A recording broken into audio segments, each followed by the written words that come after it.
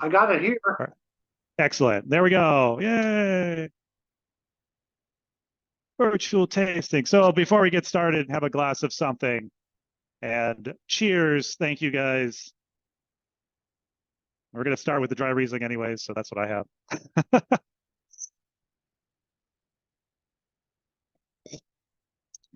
There they are. We do have, for some of the, if you got it, of course, you had any questions about any of the wines that aren't these three, please feel free to ask. We're going to go through these three first. And of course, there's the Blaue Rosé, which is really fun, and that was in the selection. So you guys, if you have questions about that one too, we'll definitely discuss that. Riesling, once again, exciting to have Riesling back. The common stuff as we always see on these. And we are actually, I think, at 8.25 acres, or actually less than that now. We removed a couple, an acre and then another partial of an acre during our revamp of the vineyards. So we're actually down a little bit on our acreage of Riesling, and hopefully get some more planted in the coming years here. So that's going to change. I need to update that acreage for everybody. But we've had it here on the farm since 1988. And here we go. This has got a lot of moving parts, this dry Riesling. So I'll let Wes go over all he did on this because it is really interesting. All right, Wes, tell us what you did here.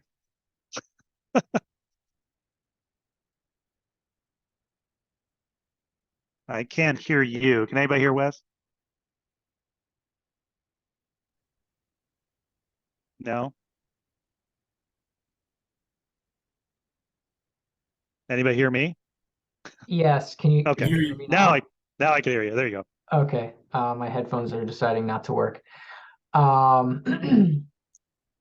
Okay, so the 2022 vintage was an interesting vintage. It was a good one overall. It was very warm, and it was very dry. So it's usually a good thing. Sometimes for whites, that's not so much. But that year, pretty much everything came out pretty well. Acids were a little lower on the white wines. I don't know if it's in your pamphlet, but I believe it's around 7, maybe 7.5 grams per liter. I believe. But so the interesting story with this wine is sometimes wines decide not to go dry. You hope wines finish fermentation, but that's not always the case. So with this wine, we really kind of had to coax it to get dry. And what that means is towards the end of its fermentation, we started to notice that the wine was stalling out a little bit, and we had to kind of intervene. And you know, it's December by this time, and it's cold. The wines are cold, the cellar's cold. So it's hard to get wines to finish sometimes. So we added a heat belt. We agitated it pretty frequently, and that will help kind of mix up the yeast and whatnot.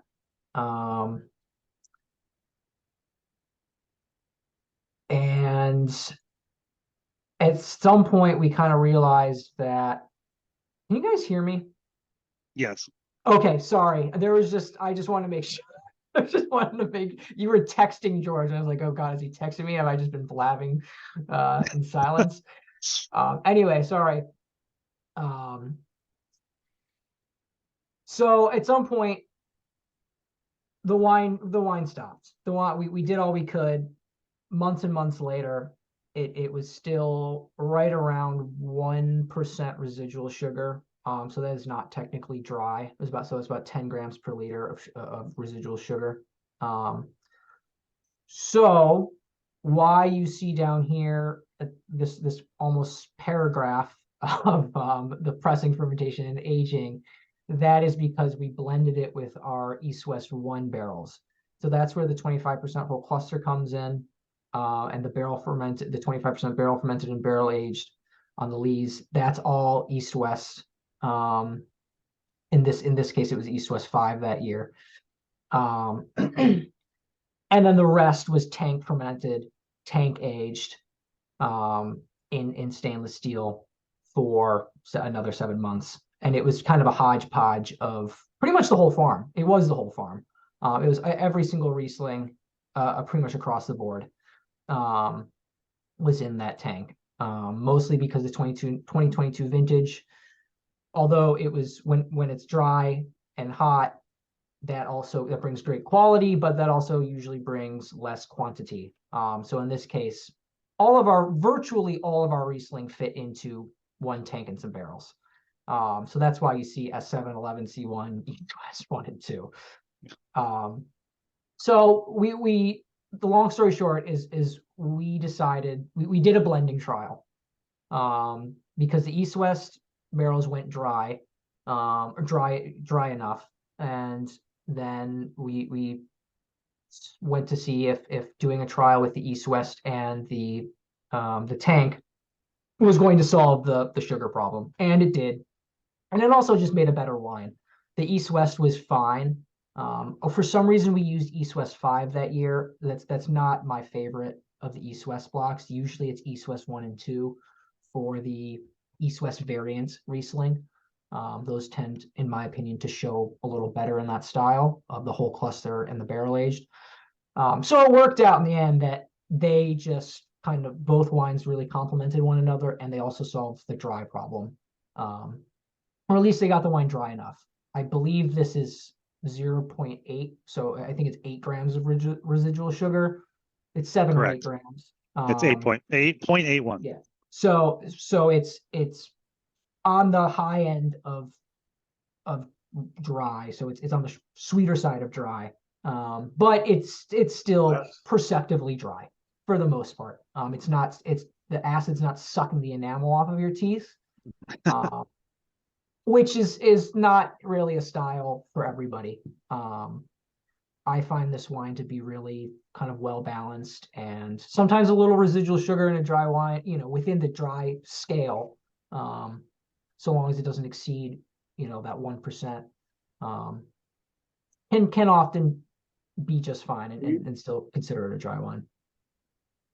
You might have answered my question at 1%, but I was wondering if there's a rule or a rule of thumb maybe that says if it gets above such a percentage of residual sugar, you have to call it semi-dry or semi-sweet or sweet. Yeah, that is true. I don't know if somebody's going to, take you to court. But yes, there is a scale. Well, I said rule, not law. Yes, there is a scale that is generally followed. Anything from 10 grams per liter of sugar down to 0 is considered dry. And then over 10, you get into the other, the off dry, and then the slight semi-dry. I don't know beyond 10 grams, in all honesty. All I know is 10 grams is usually the community standard for where the cutoff is between a dry wine and a semi-dry wine. But so that's why you're saying at 8 grams it was close to not being able to be called dry. It's on the cusp of what we feel comfortable calling a dry wine, or what I feel comfortable calling a dry wine. I have no problem labeling this as dry Riesling. I'm very happy with it. I think it's a very well-rounded wine. And yes, it's a softer Riesling. That's also because the take home from 2022, at least in the cellar, was everything went through spontaneous malolactic fermentation, including this Riesling, which was not intentional, but also not discouraged. It was a surprise to see this go through malolactic, mostly because the malolactic is always dependent on the pH of the wine. So pretty much malolactic bacteria doesn't like anything below a 3 pH or 3 3.1 is usually the standard of 3.1 and higher is what it likes. But this wine was like 2.9 or something pH, and it still went through malolactic.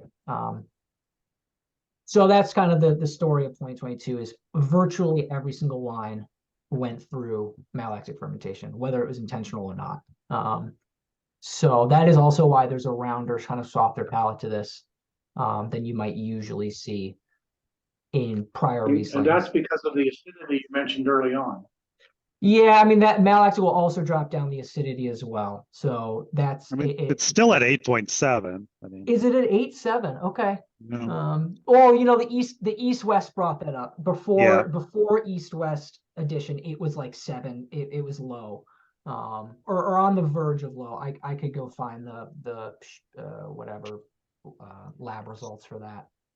Yeah, because that one had higher acidity. So Yes, the East West, especially East West 5, is notorious for not. Wait, what was the harvest bricks on that? Oh, where is it? Harvest Bricks, the 19. East West Yeah. 5. It, Yeah, it was, yes, 19 bricks. Oh no, that's 1, oh, it was 2, 20 and a half. It was 20 and a half. 20. Okay. Yeah. Still, that block is kind of notorious for having some higher acid.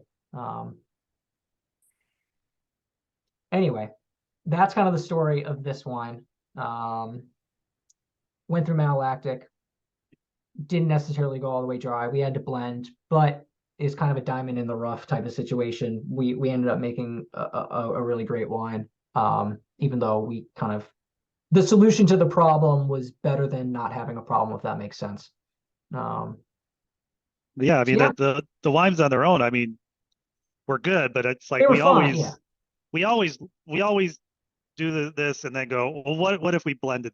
How would we be if we blended some of this? And so we do the trials, and Wes and Vinny went through and pulled some of this stuff out, and we tasted through them, and we wanted to be able to keep the East West separate if we could, if we thought it was better. But the problem was when we blended them, and we really liked it better. So the blend was, we're not going to try to just make the East West or whatever varietal if it's not the best of what we have. If that made a better wine, then we made it.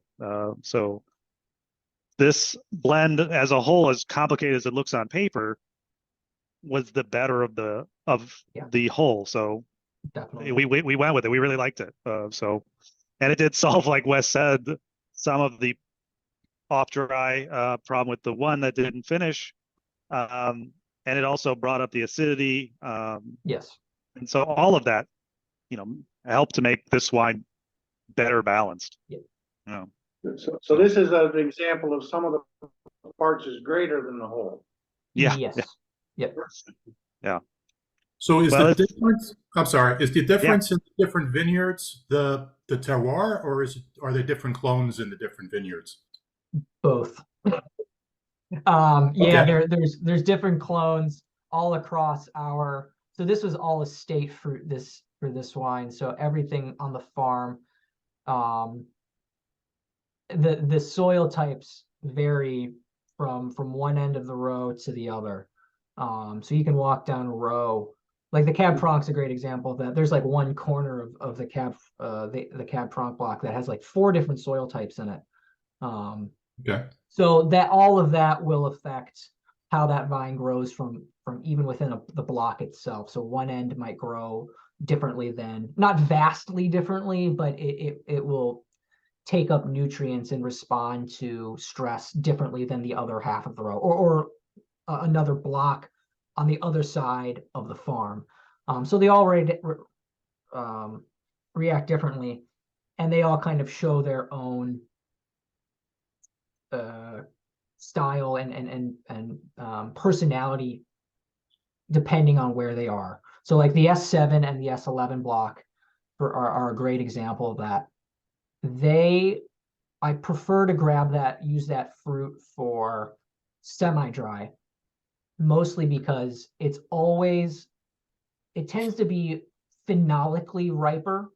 So meaning even though sooner than other Riesling. So even though we picked that at 19 bricks, it usually shows very fruity, and it shows a lot of complexity at a lower bricks.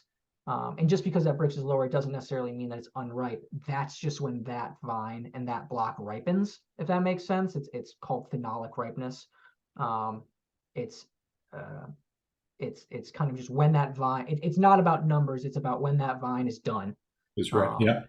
So it's really based off of taste and kind of looking at the vine and saying, okay, if these grapes are starting to rot and they're not raising in Brix or dropping in acidity, then they're ripe for that spot, for that vineyard in that region. Like the grapes that are grown in Champagne to California, they're underripe, but in Champagne, that's as ripe as those Chardonnay and Pinot Noir grapes are going to get. So that is ripe to them. So I guess what I'm trying to say is, yes, each block kind of has its own, within the Rieslings, each has its own terroir and personality, depending on where it is, but also the clone is important and the year it was planted. Like the East West 1 and 2 blocks are from 1988, and they just grow differently. They just kind of react to the vintage a little different. And so the vineyard guys have to treat those a little differently than they treat the S7 and S11 blocks, and we treat them in the cellar very differently, just because they taste differently, they ripen differently. So yes. Okay. Thank you. And then Rob, you asked a question in chat. The listing from citrus to fruit juice is still, does that progress? Sorry, I'm just reading this. So if you mean, do these, I think what you're asking is, does this flavor profile kind of reflect the growing degree, like the vintage? So yes is the answer. Usually white wines in a warm year tend to be very fruity. So they have a lot of phenolics and a lot of flavor. So if you drink the 2020 Riesling, or if you have one laying around and you compare it to the 21, it should have more riper fruit to it. Whereas the 21 might be a little leaner and might have more kind of mineral and slate and citrus fruit. This year, 22 was a little weird. It kind of has a bit of everything, which is why I really like this wine. It kind of hits all the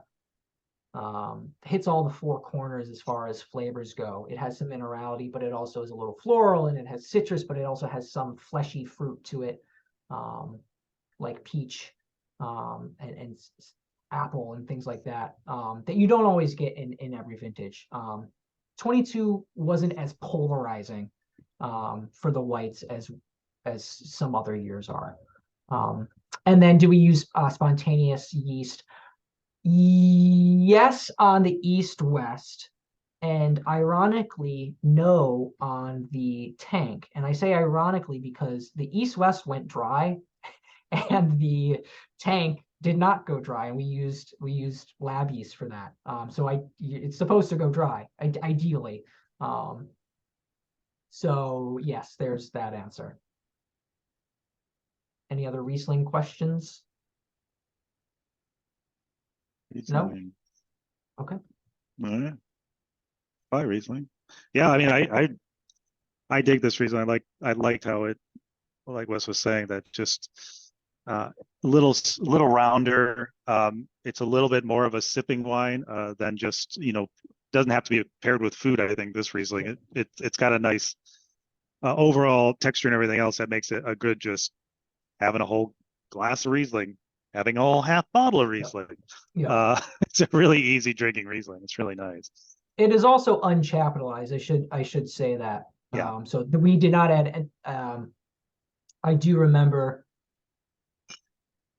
having this conversation with Vinny, and because the tank is about 19 Brix on average, and that's kind of low.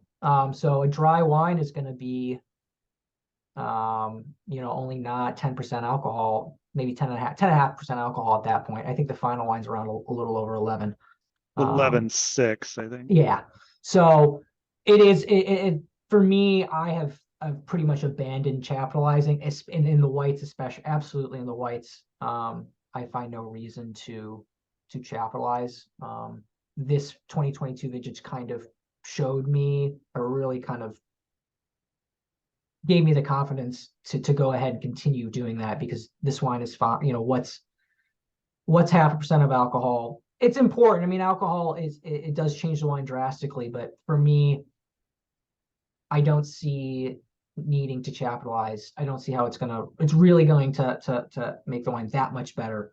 And also, not chaptalizing also is a reflection of the vintage, which is something that I really is kind of the foundation of my winemaking style, is really reflecting how the vintage went and working with what you got. I think you can always make a good wine through blending, no matter what the year is. If you look at 2021, I mean, some of those wines were so tough to make, but we did it all virtually just by blending. So yeah, as you'll see with the Chardonnay, it is in the 11% alcohol range. Also I don't believe that was chaptalized either.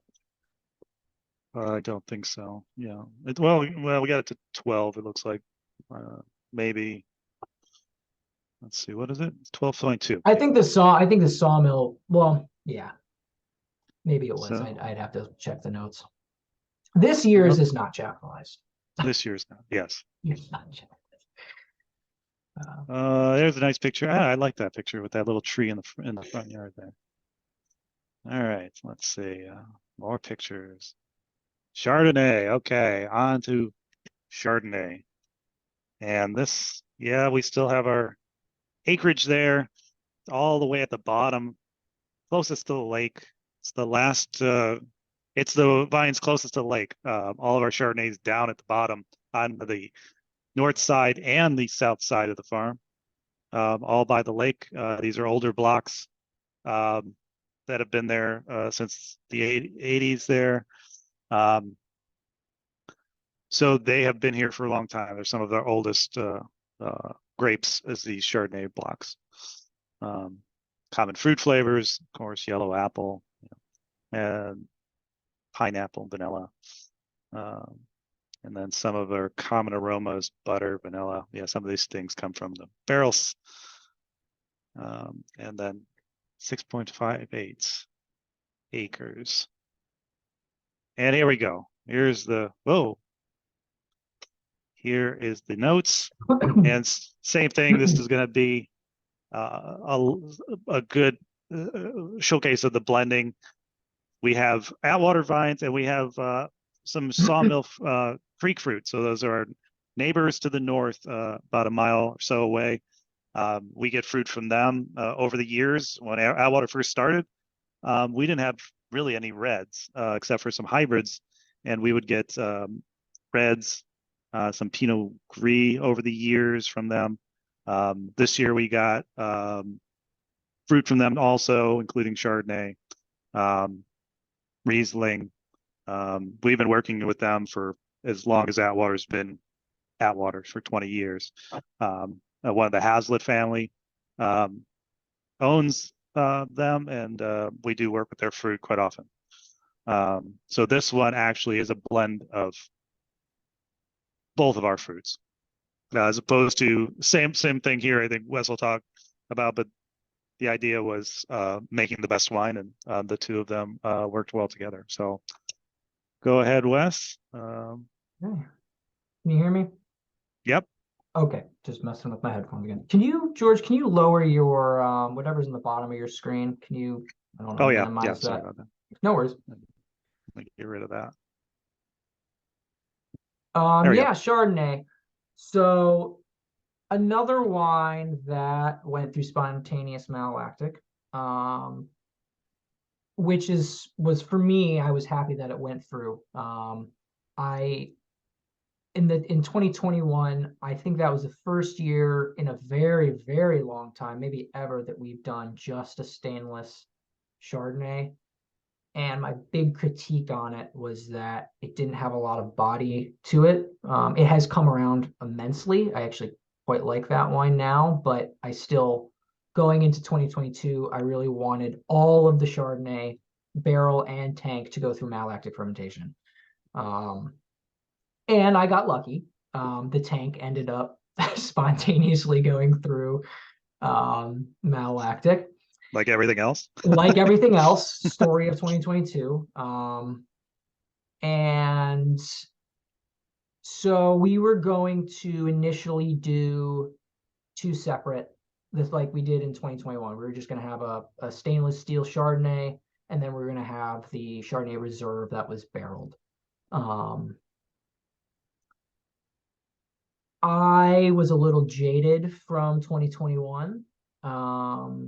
And at the time, this time in 2022, the 2021 Chardonnay, the stainless version was just not really showing well. And so I really wanted to find a solution to, I just wanted to have one Chardonnay. It can get confusing. And I just felt going into 2022 that, I call it intuition, I don't know. I just felt like the blend was going to be the best, kind of the best wine. So as you know, come June, we started to do blending, and we were doing kind of just these little additions of stainless, a little addition, you know, to the barrel. We were going to do this little blend. We were trying to make two wines separate, and we usually have 5 or 6 wines there, and I snuck a 6th one in there, and that trial was the whole blend, which ended up being about 55-45. And we all sat there, you know, doing the trial. We tasted that one, and it was clear to pretty much me, and I think everybody at the table, that that was the best wine. So we kind of threw out I got my way, and we threw out the having two Chardonnay dilemma. And yeah, it's just a good combo. Some of my favorite Chardonnay from Burgundy is you often blended tank and barrel. And that just seems to be the best of both worlds, especially for the Finger Lakes. I mean, we make great. The barrel by itself was good. I like the barrel by itself. And the tank, they would have been fine. They would have worked out. But even if you look at the Chardonnay Reserve from 21, there's still 30% barrel in there. Or sorry, 30% tank in that wine. So it's a 70-30 blend from 21. So I kind of, and I liked that wine more from 21. So anyway, what I'm getting at is I wanted the blend. I feel it works really well. The tank kind of retains a lot of that kind of fresher fruit, citrusy fruit. It's fermented a little cooler, so you get kind of one spectrum of fruit and aromas. And then the barrel is fermented much warmer because it's not temperature controlled, and so you start getting these not tertiary flavors, but fuller flavors. And the barrel adds its own a little bit. We use very neutral oak, or we try our best to buy as old barrels as we can get. The barrels are really just for softening the wine and giving it an environment where it ferments at a warmer temperature. You could absolutely let a tank ferment warmer, but that's very slight exposure to oxygen as it ages. You can't replicate that in the tank. So that combination of everything really just made a nice wine. I'm very happy with this wine. It's very full bodied, and it's got really great kind of flavor profile to it. It is a little soft, in my opinion. I mean, I have to critique myself, but it is very good. I'm very happy with it. We did kind of a little tasting. Some tasting room staff brought in some Chardonnay that they were drinking from Chablis, and we just did a little tasting next to ours, and I was very happy. I mean, Chablis is a very different place, but I was very happy with this Chardonnay. And going forward, that this barrel to tank ratio will change. You know, it's always going to be, it's not as simple as I want 70% barrel, I want 30% tank. It's a lot of logistics as well. So that percentage will kind of change. But the 60-40 is probably what you're going to see a lot of. That tends to be the sweet spot, at least so far from the wines we've made. That kind of, yeah, a slightly more barrel, a little less tank, really makes a great wine. And the lees aging is very important. The full malolactic, all of those play into mouthfeel and aroma and flavor. And so that combination of all of these things really brings out the fruit and makes a really great Chardonnay.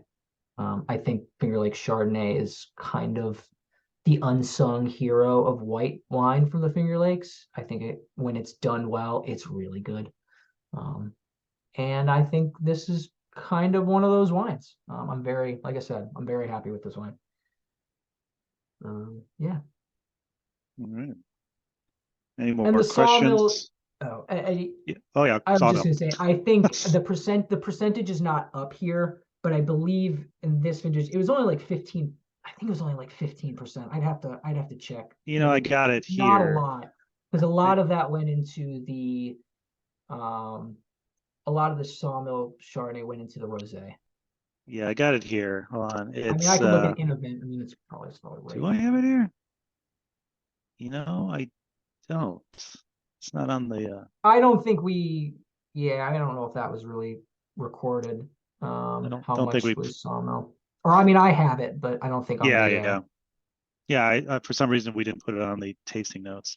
Usually we have it on here somewhere, but unfortunately it's not on there. Wes, you'll let us know. Sure. And yeah, I'm pretty sure it's about 15%, because I remember Vinny saying, "Oh, it's the sawmill fruit."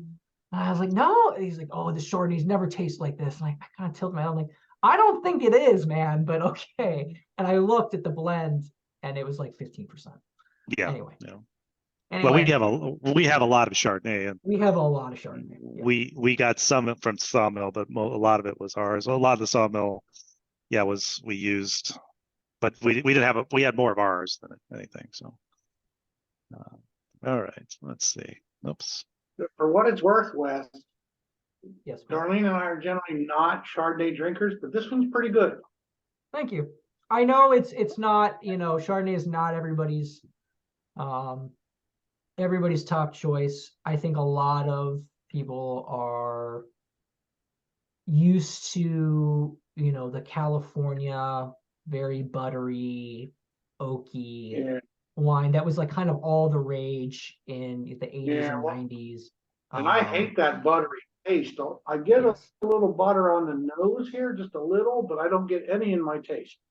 Yeah, that is one I make a serious effort to make sure that there's a lot of strains of malolactic bacteria, and some have that butteriness that it's called diacetyl. Some produce that. Not all of them do. It's just California started using a strain that made that, and they just kind of championed that.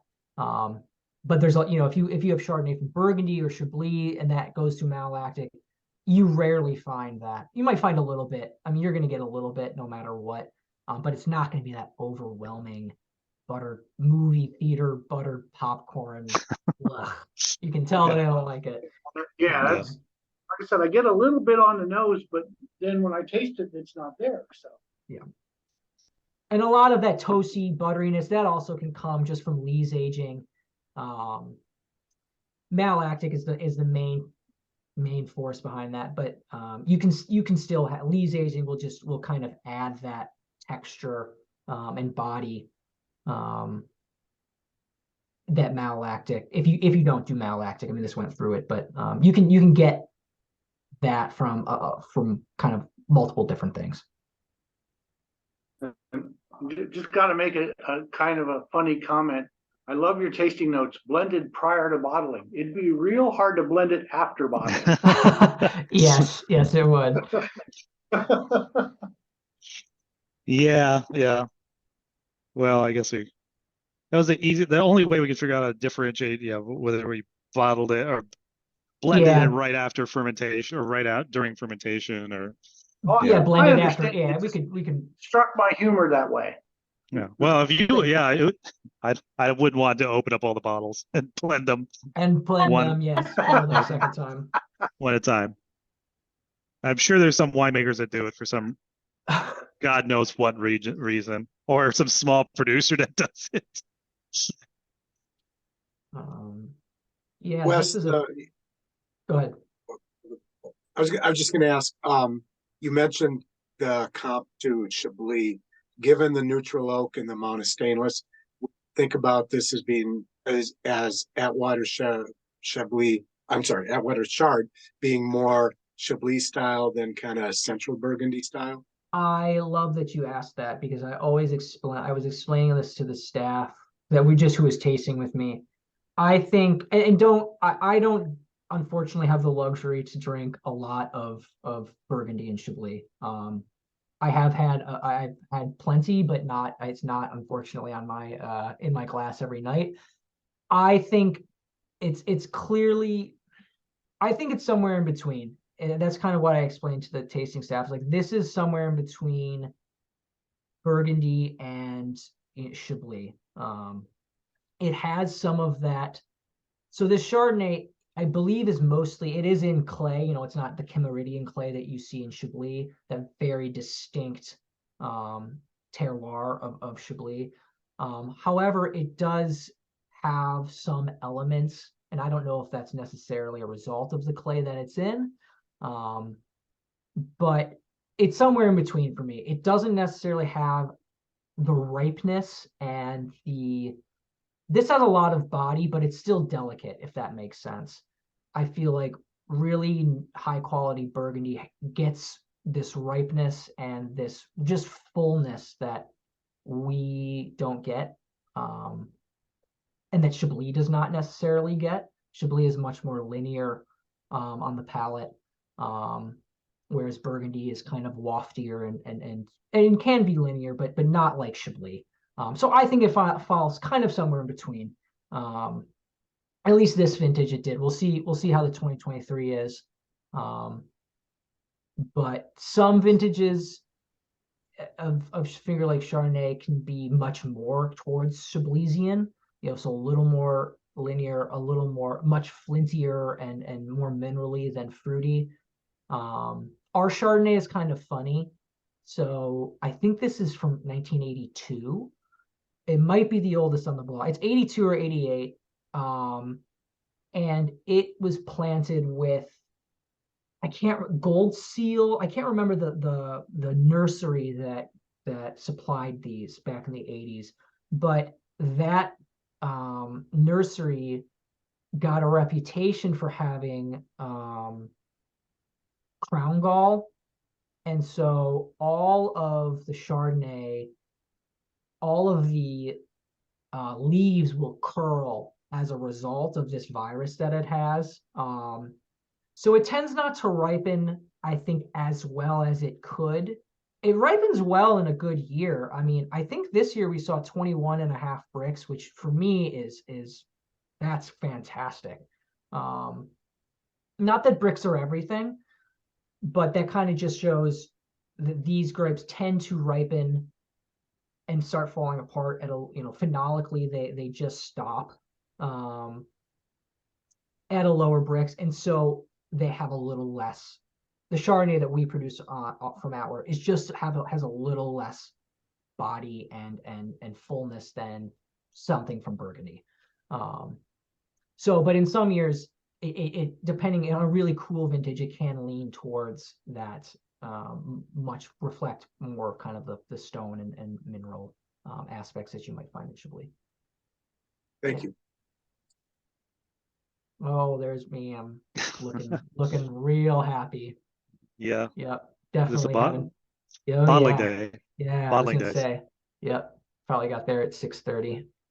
Yeah. Good times. Bottling days are always tough because no matter how prepared, how well you think everything's going to go, the machine always has other ideas for you. Yeah, and this was a long day. This is 600 something Yeah. cases. This was I think we may have done this in 2 days. We must have done this in 2 days. You did, yeah, you did. 600 is too much for us to do in a day. I mean, since I've been here, all I can remember, maybe once or twice have we done a 600 case day. It was only a couple Vinny times. Sauvignon Blanc a couple years ago. I remember. Yeah. I was here and it was miserable because you were helping yeah. us. It was absolutely miserable. Before it was like a Riesling. Before back in the day, Oh, it was sure. some other, couple things that were like, we're just going to get this all done. It was like 650 cases. And on the end of a 650 case day, you are not Yeah, I mean, smiling. no, that's a 12. I mean, that's a 12 to 13-hour day. If you're Yeah. setting up, I mean, yeah, Yeah. if you set up and that's a long day. Yeah. And all you hope for is that there's no problems. There's no problems. Yeah. There's no problems. So, oh, more beautiful wine. Okay. Any other questions before we move on to the Cab Franc? Cab Franc. Yay. All right. 3.75 acres. These are been here for a while too. 98, first introduced. Our Cab Franc's right sort of in the top of the farm here, below the tasting room, so you can see it pretty well, sitting here at the on the deck. I love Cab Franc in the Finger Lakes. Of course, it's probably the widest planted red in the Finger Lakes. And it's just got this sort of really freshness to it. We get a little bit of that bell pepper, but we're getting a lot of other great flavors. We tend to get a little bit of that pencil lead, as well as all the normal sort of raspberries and cherry things, strawberries. But I really love Cab Franc in the Finger Lakes. It's one of my favorites. 21 Cab Franc. So this is the 121 of our only 21 in the lineup of the selected wines. We didn't highlight this one in any of the other wine club selections, but it has been out for a while. So you probably would have tasted it if you've been in the tasting room before this club selection. But we wanted to highlight it this time as a club selection before we, at the end of its, what we have left, we wanted to bring this out and show it before we brought out to 22 and give the 22 some time to age while it's a little bit heavier, a little bit bigger bodied than this 21. 21, of course, was a much cooler, wet year, a little more challenging, as Wes had talked about before. But boy, this wine has evolved, as well as all the 21 reds, as it's aged in bottle. Our Simvoli that you have tasted is one of our best-selling reds and one of the most loved of that 21 vintage, was the Simvoli, and the Cab Franc's same way. It's just aged really well and really sort of showcase itself as it's been in bottle, and it's great to see it as we're coming to the end of this vintage. There's not very much left. Just seeing how well it turned out for a tough year, as we have talked about in all those other 21 videos. The surprise was how well these ended up being. So I'll let Wes continue on with the production of the 21 Cab Franc. So very different vintage from the ones you're tasting of the 22. Yes, very, very different. Probably the worst, maybe the worst vintage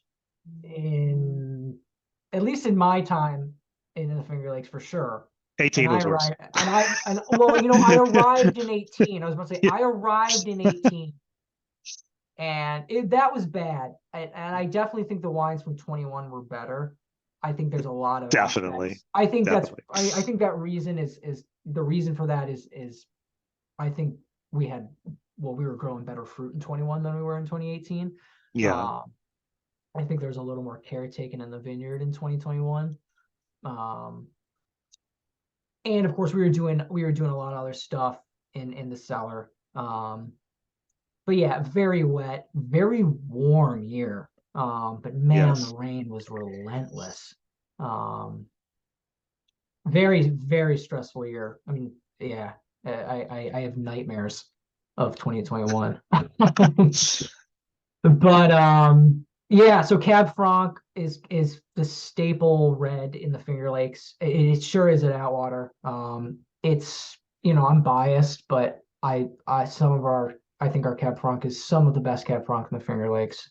We have a great site for it, and I love how even in these really light years, you know, it's of course it's a very fruity wine because it was a light year, but they always have this element. And even Sam the other day, during I remember not the other day, but during harvest, I remember Sam, who's been my assistant, who's been a pretty long time Atwater wine drinker. I remember him saying we were tasting through the reds. He just thought this is an Atwater red. Like it just smells and it tastes like it's from Atwater. I don't know how to give you more details and like express that in another way, but Cab Franc is just, it's great at reflecting the terroir and where it's from. And I think it reflects where it sits in the Finger Lakes on our site very well. It's by far my favorite. I love the Pinot. I love the Syrah that we grow.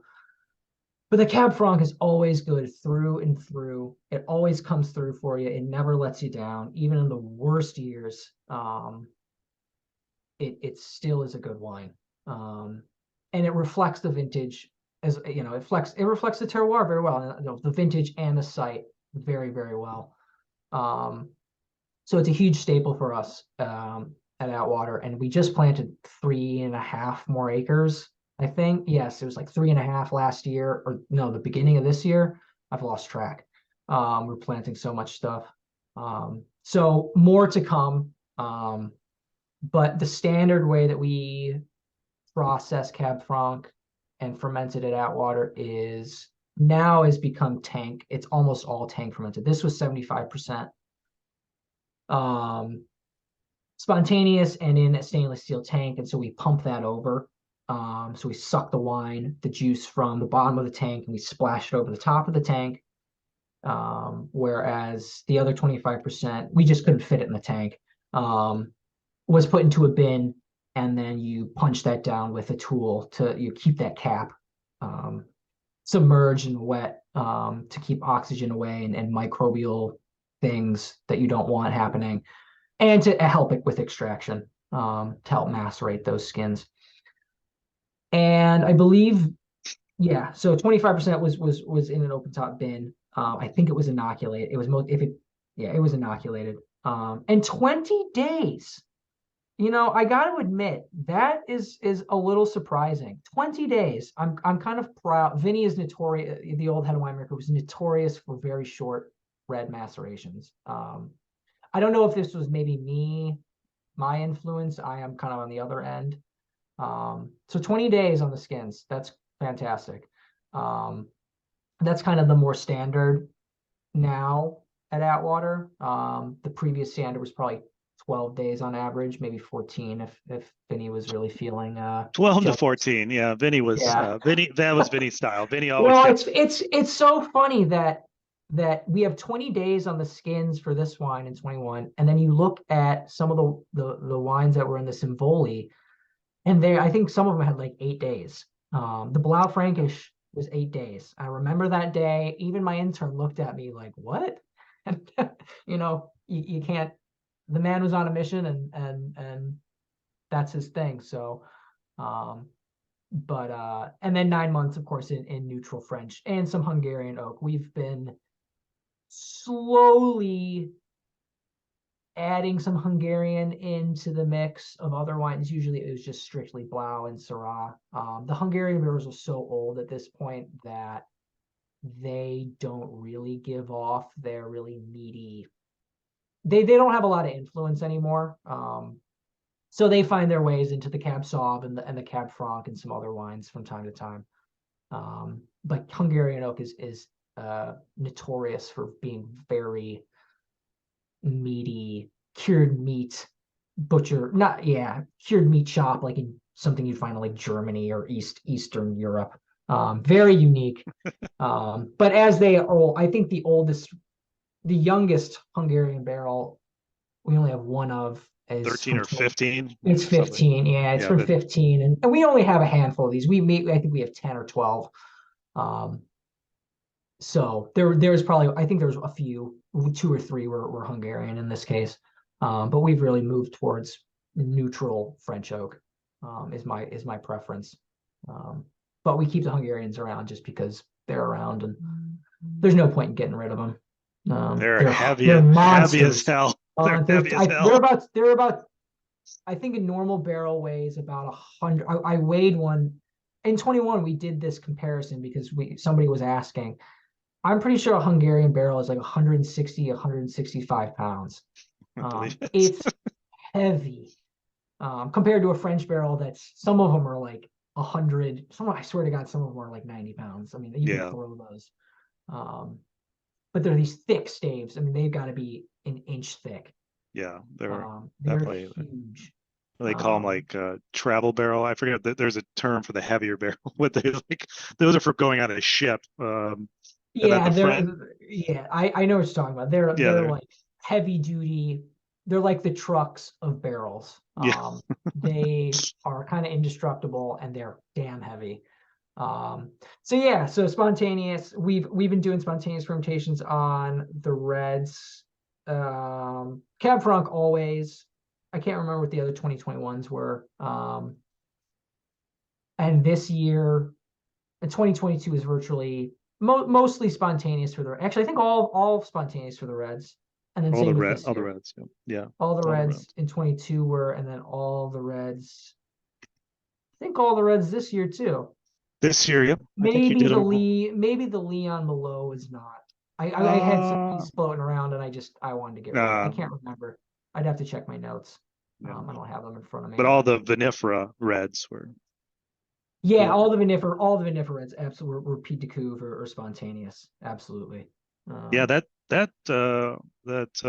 starter culture that we did, the Pied de Couve was amazing this year. It just Oh man, you're ripping it. Most of the wines this year, whites included, were Pied de Couve. I think about 80 to 85% were all Pied de Couve. All the Riesling, all the Chart, all of Atwater's fruit was Pied de Couve. Some of the sawmill fruit. We bought a lot of fruit this year. So my thing this year was just like I just said, I'm just going to inoculate the fruit from other farms just because I don't see it every day. I don't know the condition we're going to get it in. And if there was problems with it, I wanted to have some lab yeast on hand. So they just ended up getting inoculated, but not all of them. I think about 85% were spontaneous ferment or Pied de Couve this year. And next year it will probably be more. Very happy with the Pied de Couve this year. Going dry, most importantly. they did Whatever it did the better yeast than, is. it did better than the commercial yeast. Yeah. So it's clicking away. It was good. And then sometime in the future, I am toying with the idea of cultivating a yeast that we use every year, that we naturally found, that we find either in the cellar or in the vineyard. There's a few people who Cornell can assist with that. I reached out to a few people at Cornell, and then there's a lab out in California that will run whatever yeast samples I send them. And they basically told me they will tell me whether or not it's a lab yeast, like a known yeast. They won't go into more details because they're what am I thinking of? Proprietary. Proprietary data. They're not giving you any information. They'll just but I did get a confirmation that they from one of the head lab guys that said, like, he's like, I'll just tell you whether or not it's a lab yeast, and which is fantastic. I don't care what else it is. Just if it's not a lab yeast and it's native to, in our cellar, that's great. So that's in the works. That's going to take a long time. That's not easy to do. You got to freeze it in like very cold freezer. Like we're talking negative 20 degrees, very, very, very cold. Anyway, yeasts are their own thing. Very interesting, very fun. But I definitely prefer to use kind of whatever's floating around. Ideally, that's not. It could be a lab yeast from years past. That is the risk you run with the Pied de Couve. Absolutely, could be something floating around, but it's different every year. So that's kind of because these things are fermenting differently than last year's and the year before. So We've you had never some know. pretty strong. I mean, the last year too was the same thing. We had a good, strong, wild culture that we had started. Yeah, pretty nice. Any other Yeah. questions about Cab Franc here? We got a good amount of this too. It's 448 cases. Yeah, we're on the last 50 cases or something like that. I will be sad to see it go. When you get down to just over one, let me know. Yeah. I think these 21s were so much lighter in color than than some other vintages, and Talked about that before. It had to do with the growing season in 21. yeah, But the color had nothing to, I've learned this. The color has nothing to do with the taste. I don't worry too much about it myself. I think you're really focusing on how it tastes, and once again, we're like Wes said, we're usually want to highlight the vintage. Each vintage is going to be unique in its own right. Us trying to worry about like, oh, we got to get darker and using different technique. I don't necessarily worry about that so much. The techniques, especially Wes using longer maceration times, trying to get some more. That'll bring some more coloration, and more extraction. So you might see on the next 22, definitely 22, because it was a warm year. Definitely the 22. When you have if you have a Absolutely. 21, keep your 21s around, because when you bring the 22 out, they're going to be completely different. We just tasted the 22s just to get an idea how they were aging, and it's the color is night and day between these two, and the extraction is quite different too. Yep. Two very different vintages from the same grapes, and I would say this would be vertical tasting, doesn't it? Yes, that's right. It definitely does. No, 20, And 21, and 22 would be very, very fun. And 19 or 23. I mean, either one. They're 19 and 23 are kind of similar. But 20, 21, 22, and 23 would be a really fun vertical. 20 definitely was see the warm. difference. Yeah, definitely see how Yeah, different they can be. yeah. I mean, 20 was warm, but it was dry. But the 22s are I almost like them more than the 20s. I actually do. I'll just go ahead and say that. I do like the 22s more than the 20s. Again, it's different wine, different cellar team, and definitely different cellar practices, which play a lot into the final wine. But still, seeing the 20, going to 21, going back to 22, another warm year, and then going to 23, which is kind of in between, would be really fun. So keep your 21s around. Keep them around. Well, 20 was 20, the problem with 20, and it was a drought year, it was so dry that things just shut down. So I think I like 22 better just because we lost a big amount of crop. It was dry. But it was nothing was shutting down like it did in 20. It was just, that's how dry 20 was. 20 was pretty tough. Great vintage, but I don't know. I think I think the 22s are going to be definitely a different, Really good. Really good. The Syrah. Well, I already know the Syrah from 22 is the Syrah is really great. Phenomenal. I love that Syrah. So you guys have to wait a little bit for that. Sorry. Has 23 been a dry year up there in the Finger Lakes for you? It started. As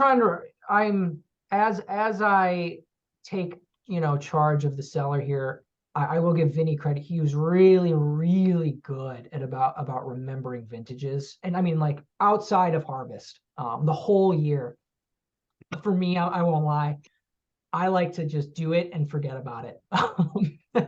I've already forgotten half of this harvest. It's busy and it's crazy, and I don't want to think about it. So I'm working on remembering the whole year from a weather standpoint. I know I believe the early part of the summer was dry, and we were a little worried. And then it rained, I believe, in May and June. And I think it was pretty standard in the summer. I know we started to get worried in August. It started to pick up. Rain was picking up. We were all thinking, oh, this is going to be another 2021.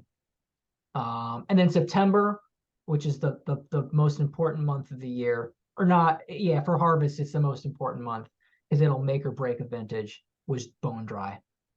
We got really, really lucky with September. And then October was, we dodged some rain. We played kind of musical chairs with the rain, but luckily for us, it was mostly on the weekends. And nobody likes to, no, you laugh, Tom, but nobody likes to harvest on the weekends. I mean, No. I don't mind because I'm there no matter what, but the vineyard guys don't like to harvest on the weekends because they don't. I understand that. Yeah, here in Connecticut, we had rain every weekend from Labor Day through Columbus Yes. Day. Well, So, Pennsylvania's yeah, I know what been you pretty mean. Close, Tom. Well, I think it's So- more of a problem for us, reason not I so much asked- that. It's more of a reason I problem for asked us in the Wes is tasting here- room. Here in Mhm. South Central Pennsylvania, we entered 2023 with about a 4 or 5 inch deficit compared to 2022 normal. And all year long, we've been holding between 6 and 10 inch deficit. We're at about 8 right now. Oh, wow. So it's been a kind of a dry year here. That's why I asked. Yeah, I was also Um, wondering if you were hit by the frost that seemed to hit so much of New York Oh, State in the yes. spring. Yeah, Yes. you Yeah. bet we Yes, were. yes. Yeah, I forgot. I mean, I will admit I kind of forgot about that because we recovered very well. I mean, mostly Okay. we bought a lot of fruit. So for me in the cellar, it's not like our tanks are empty. They're the opposite. They're overflowing. We did about 22,500 gallons this year, which is a lot of gallonage for Atwater. It might be the biggest we've ever done. Wow. It's pretty damn close. So for me, I don't even remember the frost. I don't even remember the freeze. But yes, we did get hit. Our C1 Riesling block got decimated, which is unfortunately our biggest block of Riesling. We got a ton worth of Riesling off of that, where we should have gotten A lot 9 more to than 10. Yeah, close to 9 to 10. Oh, okay. 10, yeah, 9 or yeah. And then unfortunately, our Lagrein got slammed. Really disappointing. I've been really looking forward to making a barrel-aged red out of Lagrein. We've had it for a couple of years. And it makes a great rosé. We've done sparkling petnat with it. But that got absolutely slammed. Really sad. So yeah, overall, I Yeah. think our vineyard manager said we probably saw about a 15 to 20% loss. And most of that was just the Riesling block and the Lagrein, and everything else got a little damage. But yeah, we absolutely got hit by it. Well, and you said the Riesling the Chardonnay is down by the The lake, Chardonnay right? is down by the lake. Yeah, okay. The freeze was very random, very, very random. So the Cab Franc is right next to the C1 block Riesling. I mean, right next to it. And the Cab Franc block was fine.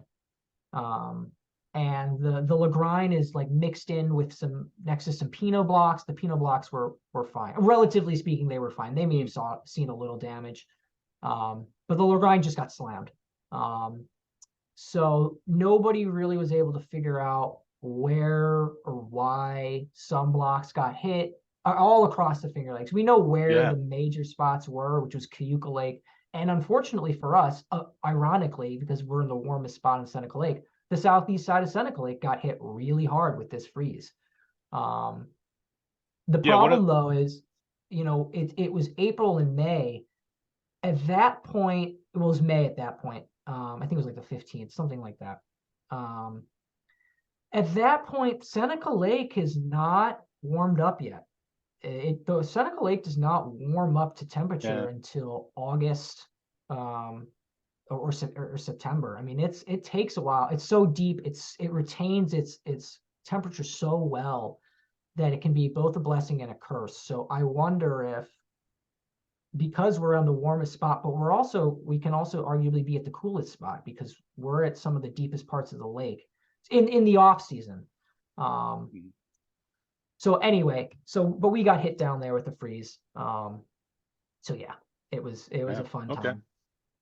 Yeah, sad to see. Nothing sadder than seeing it. We saw that the vines were so beautiful because we had a lot of warm weather. We had a great, great. That was like the last weekend that we would have seen frost, and that's when we got it. The last week there, everything looked beautiful. It was the best looking spring vine look, how everything just looked. They looked Yeah. gorgeous.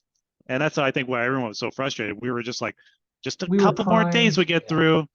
And then all of a sudden, they weren't even too worried. Cornell was basically, well, just Oh. keep your grasses clipped, keep the air drainage through. It shouldn't be too bad. And then the next morning it was like, oh shoot, yeah, it was bad. Yeah, I think when our assistant vineyard manager Matt got there, I think he told me that it was like 28 degrees, which that's a freeze. That's a hard freeze for hours, not for 30 Okay. minutes, not for an hour. It was a hard freeze for hours. I think he said that somebody else told him, like down the road, they saw 25 degrees or something. If you were off the lake, you were in serious trouble. Hybrids got hit hard because Hybrids got hybrids, hit very they hard. come out earlier, so they lost a lot more.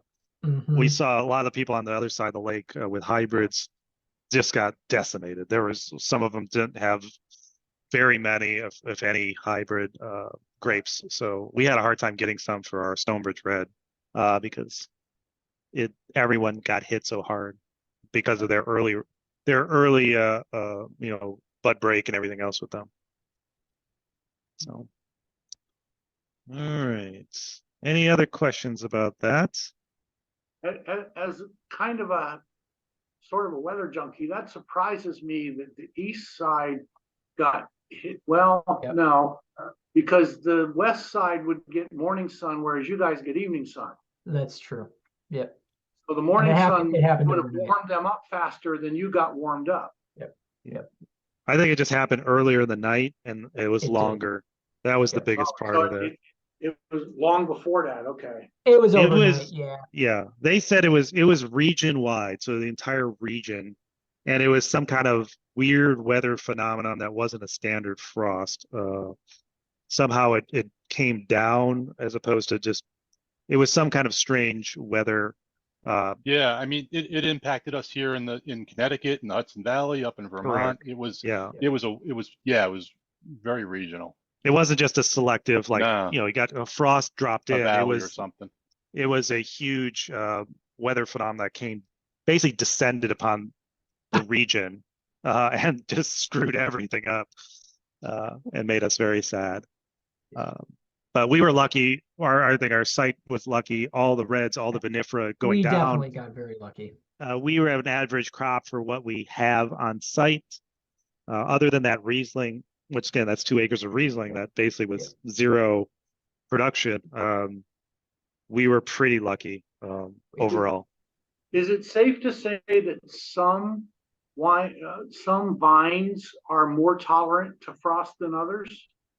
Yes, I was actually going to say, one of the kind of the hypothesis for why the C1 block, that Riesling block, got hit so hard is that block has a very rough history. Maybe 5 or 6 years ago, 6 or 7 years ago, it was accidentally sprayed with herbicide. Oh, that's not.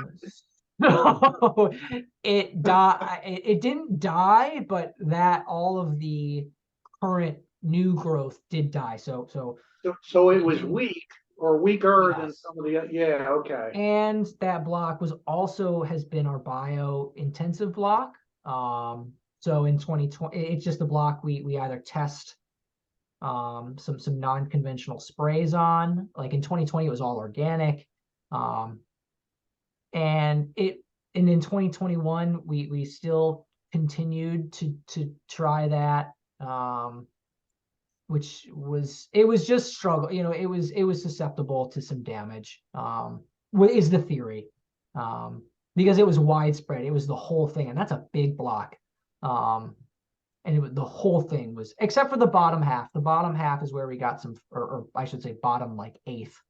Is where we got our 1 ton. Wasn't much. It was, By it that was you one mean ton. down. By bottom, you mean down closer to the lake. Yes, but marginally, we're talking 100, maybe 100 feet. But which is in the same area where the Lagrine is, and the Lagrine got decimated. So I would say yes. I think the Lagrine is young. And so it might not be as just well Tolerant. established and strong and tolerant. It Tolerant. hasn't seen, the vintages that the other vines have. It's not used to that fluctuation. So yeah. All right. Any other questions about any other wines as we wrap up towards the end here? George, you mentioned at the beginning, we haven't tasted it yet, so I can't comment, but some of the fourth wine in the Case Club this time was the Rosé Blanc Frankish. Yep. I'm looking Yeah. forward. We haven't opened ours yet, so I can't tell you what we think. Yeah, that was a fun one. We did three different. We did Pinot, we did a blend, and we did the Blau. So three rosés. This one was just for club because it was just a smaller amount than the others. This was one of my favorites from those three. Early on, I liked this one a lot. I've always loved the Blau rosés. I think they're just they have a much more earth. We just didn't get around opening it yet. Yeah. Well, now you got something to do tomorrow night. We already had 3 bottles open for this. Yeah, might as Might as well well open a fourth one. Yeah, that's right. These wines were very good tonight. I like these. Good. Yeah, this was a great lineup. We were talking about, Wes and I were talking about like this. We really liked this lineup. This was a really fun lineup of wines. Ones that we were all, I think, Wes too, just really proud of. And Yeah. they even, like I said, the 21, just how that has evolved from a tough year, and then having these 22s that were unique in their own right. We really like this lineup. Like I said, the Blau Rosé was one of my favorites. So of course, I'm glad to have that. I actually haven't had it in a bit. So we have some in our wine machine there. I'm going to have to bring out some of that before I go. We got a couple other friends, like I said, here. So I'm going to have to go over there and drink some. We'll open ours. Yep. So. Yeah, of course. Yeah. Let us know what you think. Email me or something, what you think about it. But yeah, it's these, the rosés this was, I can't remember the specifics. So I didn't bring it out. Oh, I did. Let me just take a quick gander at that because let's see, stop this. I'm just going to take a quick look at our tech notes from that. And this one, like all of our rosés, this was another stainless steel, quick maceration, a couple hours. This one went, like Wes said, through malactic. Yes, it Like did. everything else, all our rosés went through malactic. We didn't want to, but it actually turned out pretty well, regardless of that. And this was this inoculated or this? I can't remember. Was a wild fermented one too? Can't The remember. Lagrange Zweigelt was, but that went to the dry blend. Yeah, that went to the blend. Yeah, I can't remember this one. I think it was. Yeah, I think you think it guys was. are pretty much. I don't think the Pinot was not, but I think this was. I love the colors of these from the 22 too, because of the dry vintage, and they were really concentrated, small crop. They got nice and dark. These are the sort of, they're the evening rosés. Like They're the definitely more. opposite of 21 almost. Yeah, they're very dark. Yes. They almost look like some of the 21 reds. Wow. Wow. Nice and dark. Much more concentrated. The color in the skins, because of they were lower crop, drier vintage. You just got a lot more color extraction early on, especially some of the other grapes. Definitely gave these rosés without any. I mean, these basically went from the vineyard to the press, and this is the color we got. They look like said, red wines. Yeah, and once again, because they went through malactic, they're the acidity, as you see there. Well, I don't know if you can see it, but It 6.3. looked pretty dark in the bottle when Yeah, the acidities are lower, definitely. So they're they don't have the sort of that acid grip that the previous vintages had. These are going to be these rosés. All the rosés from 22 have this definitely rounder. They're not as they don't have that the sort of bright acidity that the previous vintages have. These are more I consider these more like evening rosés. They're a little bit closer to red wine than not. But they're nice. They're fun. They definitely have that fruitiness without the tannins. Yeah. We'll send our tasting notes. Yes. Thank you. Not a lot. There was only 115 cases of this. So this pretty much, there's some left from because this wasn't a club wine per se, it wasn't the one of the three. There's still another 50 cases or so, but this was a pretty small batch overall for that. Any other questions? Once again, you'll have to let me know how these taste. I mean, after we leave you, I'm going to go over there with the gang and taste some Blaufränkisch Rosé as my evening cap, my evening rosé cap.